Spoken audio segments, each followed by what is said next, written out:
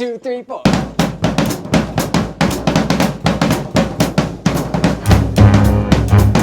Victory song! The victory song! What? We want to talk with you about something. I'm all ears. We want to form a swing band. Really? A big band. You gotta have a dream, or you won't go very far. A fantasy that dreams to reach a reachable star. It's been authorized. Who approved it? I authorized it. Without the school board's approval. I don't need the school board's approval. I'm the principal of Castle High, and I approve the band. Where you've never gone before. Your imagination, where you've never gone before.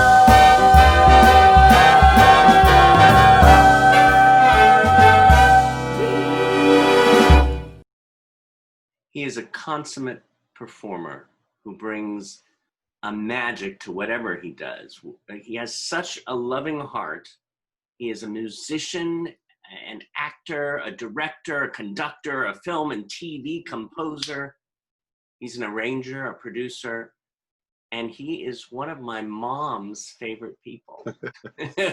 And she said to say hi today, Mr. Emilio Palame.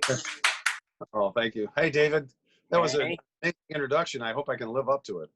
Oh, live up to it. You live beyond it. Well, it's a good thing I have approval of your mother. That's all I can say. Well, she's going to be watching. Great. She said, Emilio's on today. I can't wait. Say hello for me. Oh, that's lovely. She's so sweet. Yeah, I love her. And the apple doesn't fall far from the tree. I know. You know, I have a tree in the other room and I'm trying to grow stuff. I don't know. Or is that a bush? Yeah, all right. So listen, what was first for you? Acting or music?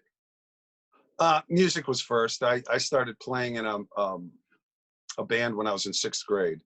Except I didn't play keyboards yet. I was actually the lead singer, and it was during a period where we were playing songs by Cream, Jimi Hendrix, and then after I started playing organ, then we did Vanilla Fudge, The Doors, and all of that, and then we started getting into some of the soul music of Sam and Dave and the Temptations, and we kind of ran the gamut of playing different music, especially, you know, of course, the Beatles, the Monkees.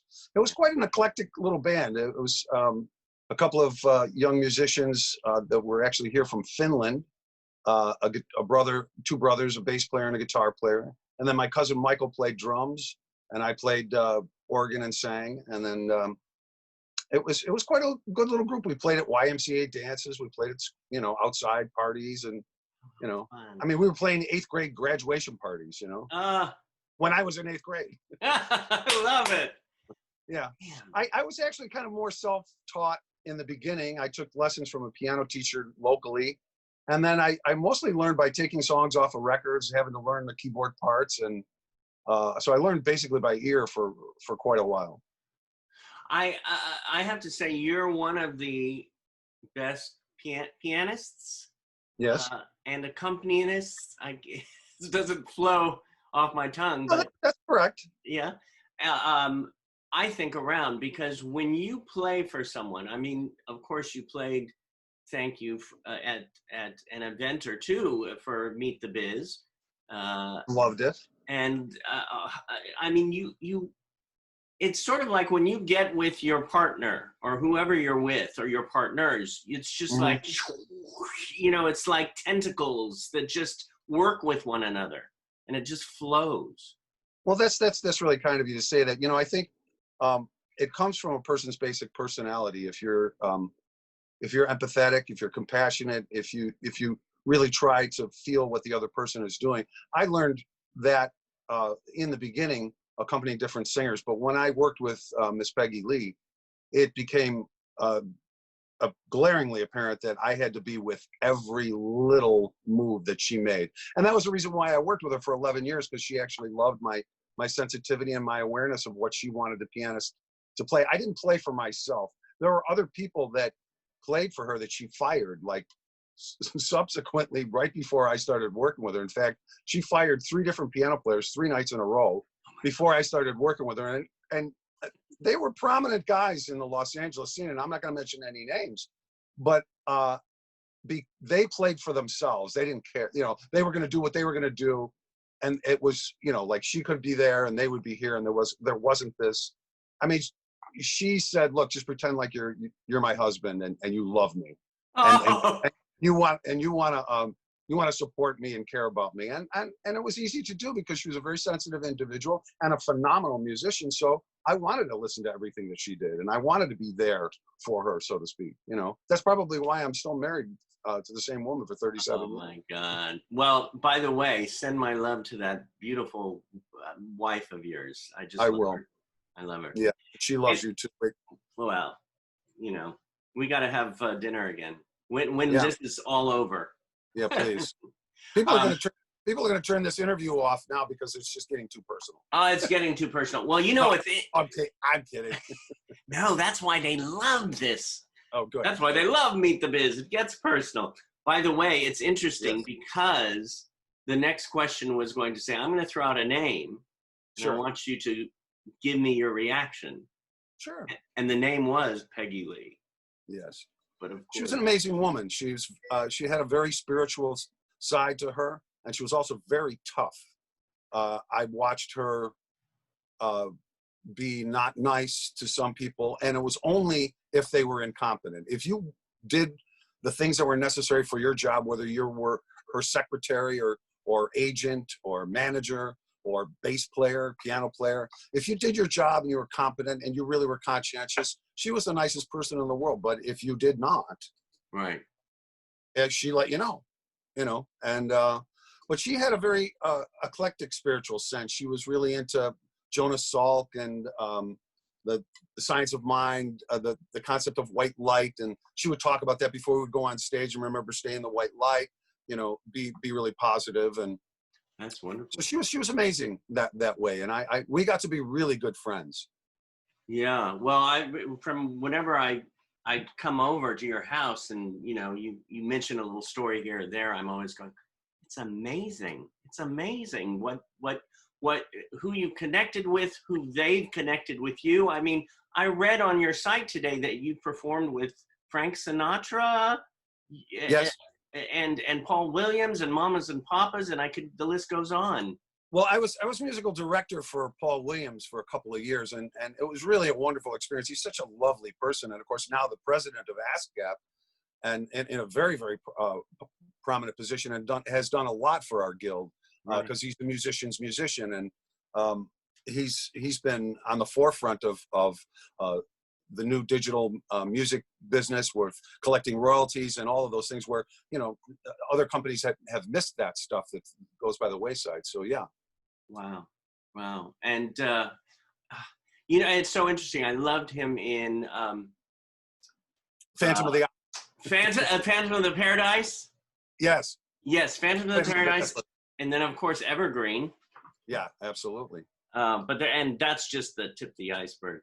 When you consider all the songs that he wrote, I mean, they're just incredible. It's Not Easy Being Green, Rainy Days and Mondays, We've Only Just Begun. The list is endless, and they're all all of those songs that touch our hearts. The lyrics are so beautiful. Very sensitive individual, and wonderful. He really, and I met him once, and very sweet man. Very much so. The other, when you mentioned, I was also musical director for Connie Stevens and for Lainey Kazan. Yes, and Lainey. Lainey's your friend for a long time. And she's been to Meet the Biz. Yes, right. I know she's done some workshops for you too, right? Yeah.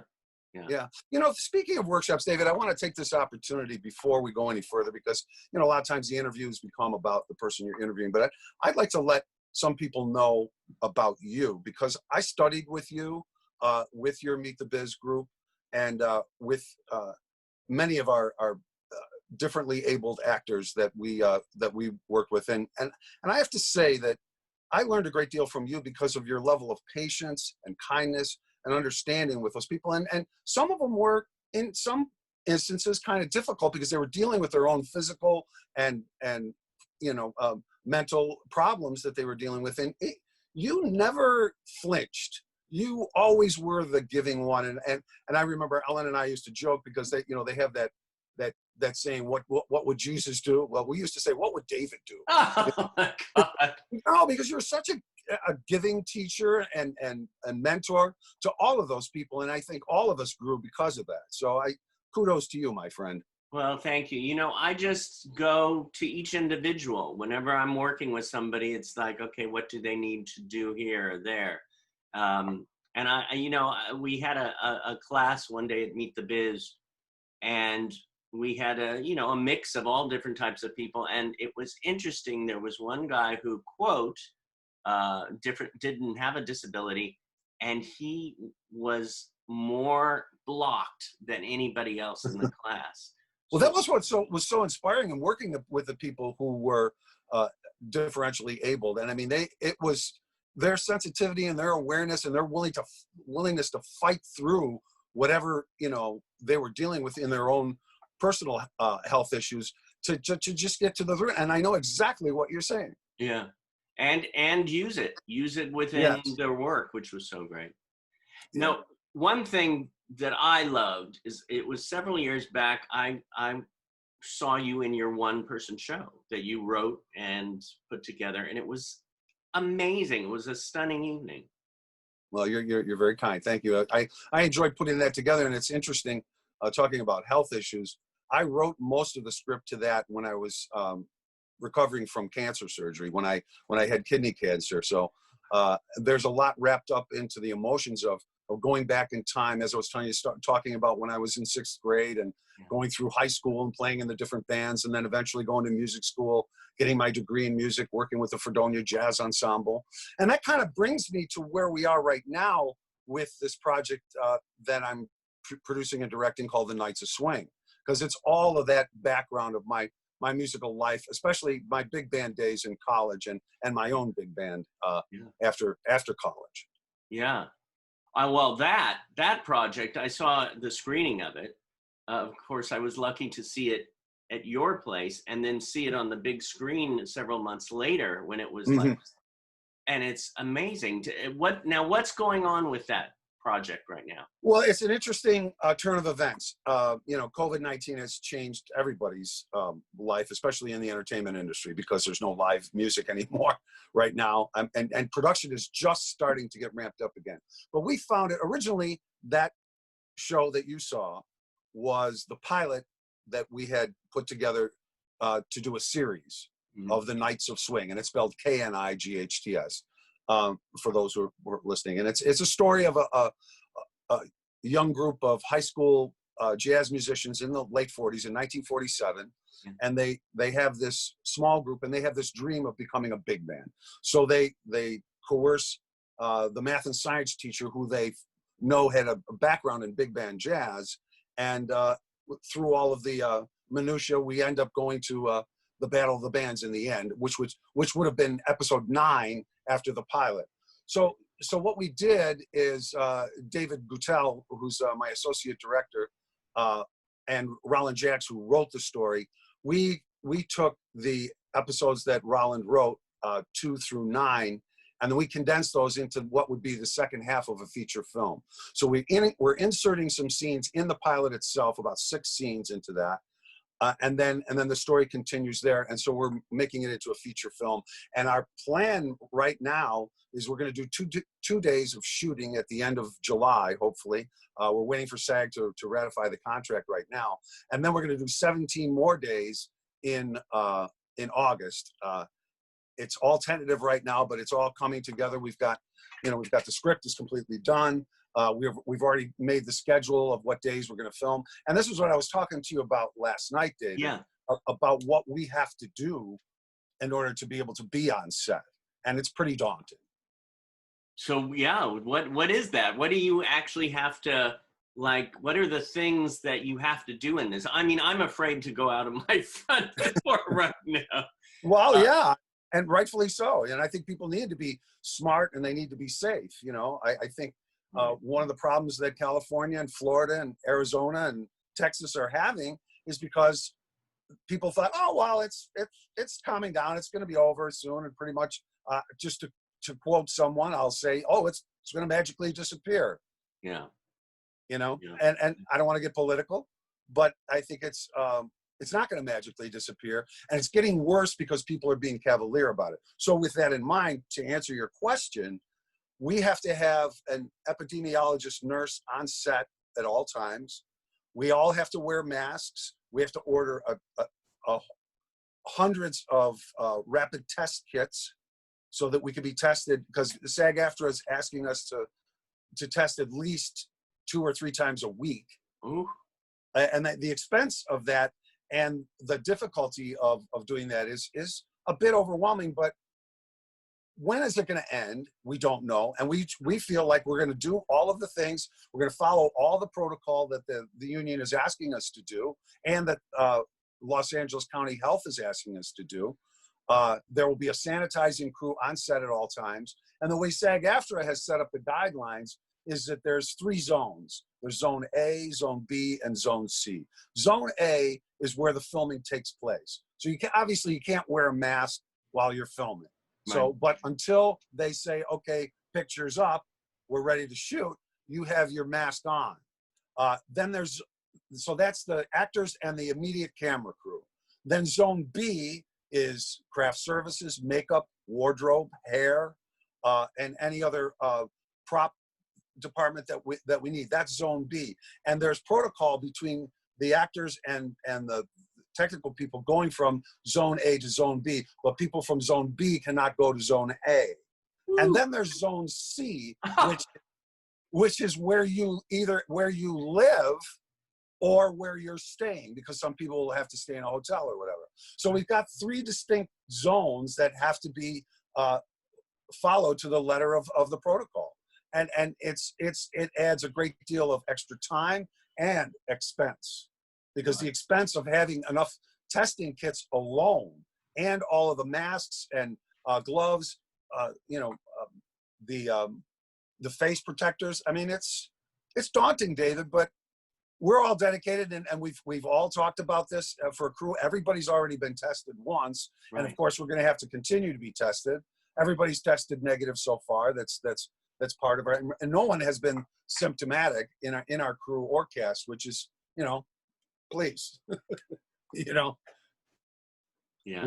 We pray, and so we're just going ever forward, but with extreme caution. Yeah. But what else? What? I said, what else are we going to do? We can wait. Then it'll be September, and it's still not. It's still the same. It could be October, November. There's no vaccine. There's nothing different. Well, if we go by the 18 months, that's not till next year. Right. And we actually have a very time-sensitive project, because these kids are in high school and or a little bit later playing high school, and they're not getting younger. I mean, we've already shot that pilot a year ago to date. We shot that at the beginning of June last year. Yeah. So we got to get on this, and we really want to get this done before the fall. At the very least, get it in the can, because then that's whenever. Right.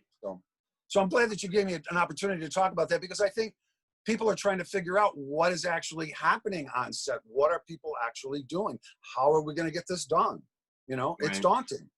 Well, a lot of people have asked me that too, and some of my boss and Performing Arts Studio West, and Megan, who is in charge of a lot of the casting or the getting people out. It's they're seeing a lot of different auditions coming up, but we have to stick by to protect your own actors. You really want to go by the book on this. Absolutely. Well, this is interesting, this Zoom thing, because we've already started doing rehearsals via Zoom. And we have 4 actors on screen. And the interesting thing about this is that it almost becomes an added tool for rehearsing, because when you're in a physical space, you're distracted by the physicality, the space between you, or whatever that is, because it's not a play, it's a movie. Right. And so seeing everybody rehearse their parts on screen actually is an added help, because you're only reacting to what you're seeing on the screen. Now, guaranteed, it's not the same angle that you would shoot at. It's not the same video quality, but it gives you a sense of how this actor's work is coming across on screen, because we are an on-screen medium. We're a technical medium. You know, that's the difference between doing a play and doing television and film.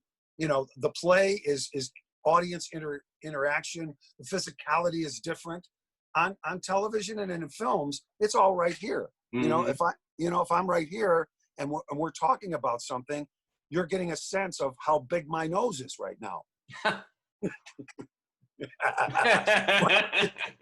It's a tie. Yeah. Jewish, Italian, whatever it takes. Hey, we're both from planet Earth. There you go. Thank you.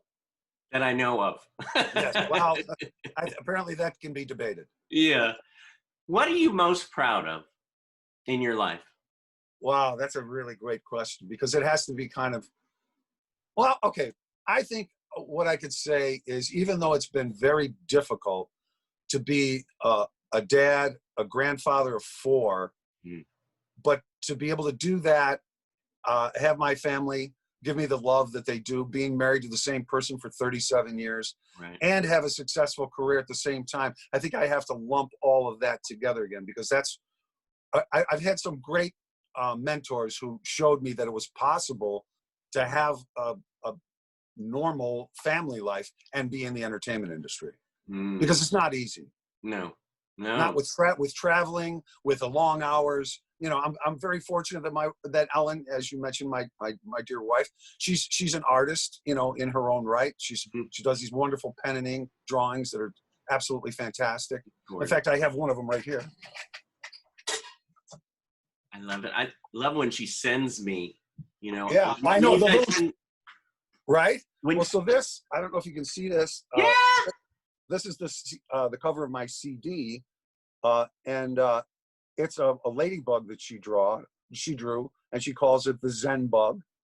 And her talent and her ability to be patient the way she is to do that is the gift to me, because she understands what it takes for me to work on scripts or orchestrations, arrangements, and to be understanding that that's, you know, and to love the fact that I'm being productive, and she understands what it takes. And I think I know some musicians and actors whose significant others are perhaps not as understanding, and it makes it more difficult to do your craft. You know, when someone's saying, "What about me? What about me?" You know, it seems like you have a good balance, the two of you. Yes. You love to see each other succeed.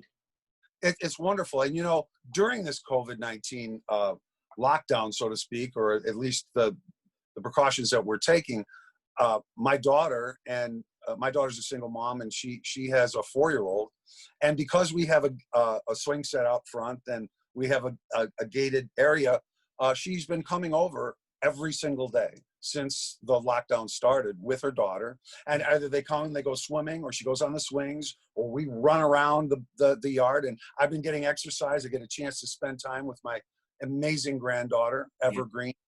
That's her name. We call her Evergreen. Evie. Yeah. Mm-hmm. Yeah, I love that. And she's so precious. She's such a special little girl. She's like a little comedian. She How has old is she? She's 4. She just turned 4 on my daughter's birthday. She was born on my daughter's birthday. And like me, I was born on my dad's birthday. So we got a little thing. That is like magic, that you both have that connection. Yeah. And it's been really, you know, even though it's been difficult during this period of time, it's actually been a time where we've really been able to really come together as a family. Unfortunately, my other 3 grandchildren live in Georgia with my son and his wife, and so, but we get to see them a couple of times a year. Right. But I've been able to see Evergreen and my daughter Emily every day, and so it's been really lovely, and to share that, even if it's an hour and a half, and usually somewhere between after my nap later in the day, and then they come over and we'll do a swim or whatever till around 6:30 or 7:30, and then I'll go back into the studio and work. And we've been doing a lot of work like this virtually with the team. So keeping a schedule is important, and yet having that time to really spend that time with family has been really great.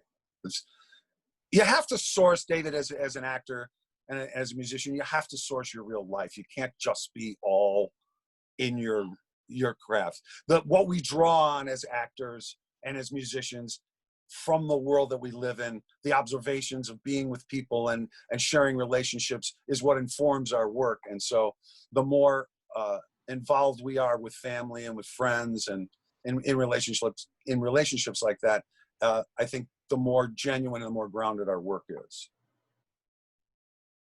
Stunning. I could go on about you because you've done so much work in the music industry and the acting industry, and I just want to throw out a few things. You worked on music with Cheers and Frasier and Friends, correct? Friends, we only did a couple of shows. Our work with Cheers and Frasier, the work with Frasier and Cheers was really fun because we had a band that played on the set for 11 years for Cheers and 11 years for Frasier. So almost every Tuesday night for those 22 years, we had a band. And what we would do is the audience would come in, the warm-up guy would tell a few jokes, and then we would play songs in between the set changes, and we played a whole concert. It was kind of like a David Letterman band where we would play pop and rock tunes, but instrumentally for the audience. And we got to be on the show a couple of times, and of course we got to hang with all the actors, which was so much fun. Oh. And I got to watch, it was like going to school, David, because I got to watch David Burrows, one of the best three-camera directors in the history of television, do his magic. And I watched these actors do this. And I feel like I went to acting school for 22 years, watching these people change the script a little bit, do some ad-libbing here and there, how the director asked them to do. So I feel like I really went to school during that period of time. So, yeah. Wow. And then, what is it, a couple of years ago, you were on this hugely successful show, Expelled. Yeah, that feature film really put my face on the map. I've been able to, people have come up to me at the Apple Store or at Target or whatever, and they say, weren't you in that movie? Because I played the principal of the school. It was kind of like a Ferris Bueller's Day Off movie. But the reason why the movie was so successful is because Cameron Dallas, who at that time already had 22 million followers between his Vine and Instagram and Facebook. So as soon as the movie was released, it was a huge hit and stayed on Netflix for over 4 years. So people got to see my mug like a lot. Right. And it was a great role for me because I got to play the snarky kind of, school principal. Wow. So that and another movie that I was in that was did really well on Netflix called Prodigy, where I play a very not nice military colonel. So, and that's actually how I met Richard Neal, who's the one of the stars of The Knights of Swing. He was the lead actor in that. He plays the psychiatrist, a fantastic actor, and we struck up a friendship. And then when The Knights of Swing came around, I thought of him immediately because he has such a great ability to really portray a character in a very grounded and real way, and he's a great guy too. And he's one of these kind of guys, David, that is kind of like an entertainment industry encyclopedia. Like he knows who directed all the movies from the 30s on. He knows who did the music scores. He knows who the actors are and what studios they were in. And it's such a great resource because he'll say, oh yeah, like in Capra's film, The Best Years of Our Life, when they talk, they use phrases like holy smokes and holy moly and yes, indeedy, so like we made sure that we used that, those types of colloquial phrases in our script, and he's one of the associate producers on the project, and he's added a great deal because of his knowledge of the era and just his sense of filmmaking. So it's been great, Well, it is interesting again how it's brought up over time and again. You connect with people and then you build that relationship and you work with them over and over again. Hopefully, it's true. Yeah, no, it's true. But it seems like that. I mean, in most people's cases. Listen, whenever we get out of this quarantine life that we're in and we can all go back to school, I would love you to come and see us all at Performing Arts Studio West in the live. Yeah. And maybe we'll even show your movie one day, and then have you and some of the cast come or something. Oh, that would be fantastic. And I'm sure the cast would love that. Which reminds me, Yeah. I have to thank you for a very special actress that is in our cast, Abigail McKee, who you introduced me to, because I remember I called you, because in the movie, she is portraying a young girl, a young woman who has polio. So she walks with a limp. Mhm. And because of the work that I did with you, I promised myself if there was someone who was going to be differently abled in the cast, that I would get someone who was. And so you had recommended Abigail, and she actually in real life has CP. And so that just, and that little bit of her understanding of what it takes to live through that, Yeah. she was, people fell in love with her, and we ended up writing a whole bunch more story for her. Good. Because everyone fell, and it's interesting because she falls in love with the older brother of our main character, who has come back from the war. And if in modern terms you would say he had PTSD, but back then they called it shell shock. So he was not a nice person. Mhm. And what's interesting is that because of her brokenness in her life and his brokenness in his life, their brokenness helps each other to become whole. And it's a wonderful, wonderful, really I mean, this movie is such a feel-good story. And the way we've taken what Mr. Roland Jackson, I'd like to mention him a little bit, because he's the man who wrote the story and wrote all the music, and is the executive producer of the project. And it's somewhat autobiographical of him. It's kind of the lead character of the movie's kind of story of, he was in a band called the Knights of Swing in the 40s. And you know, so he's 86 years old, by the way. Oh, how wonderful. And we've been friends for 20 years. And I've been working on music of his for a long time. And that's where our relationship started. I orchestrated and arranged a musical that he wrote, and many, many, many contemporary Christian songs and show tunes that he's come up with. And I mean, he's like a Renaissance man. He's written like 3 or 4 books, 2 or 3 different plays. And of course he wrote the story and the screenplay for the Knights of Swing, which my friend David Gutella and I have worked with him to create the film script. And Roland is an amazing man. He's a very astute and sharp as a tack at 86. Just talked to him last night, and we were laughing and talking about how we've shaped different parts of the narrative. And it was interesting because he wrote the pilot, and we kind of collaborated on the script for that. But then he wrote episodes 2 through 9. So it's like about 300 and some minutes worth of story that we had to condense down to about an hour. So we took the most interesting and the most soluble plot lines of the story. Yeah. And when we told him, he said, look, Roland, let us do this first, and then we'll collaborate with you, because I know how it's going to go. You're going to say, well, do you have to take that out? Why do you have to take that out? What? No, really? You're going to take that out? You know? So, and what he said to me, you're going to love this. This is a great analogy. Yeah. He said, Emilio, what if you wrote a piece of music that was 20 minutes long, and the production company said, you have to cut it down to 10 minutes, but we're going to edit it for you.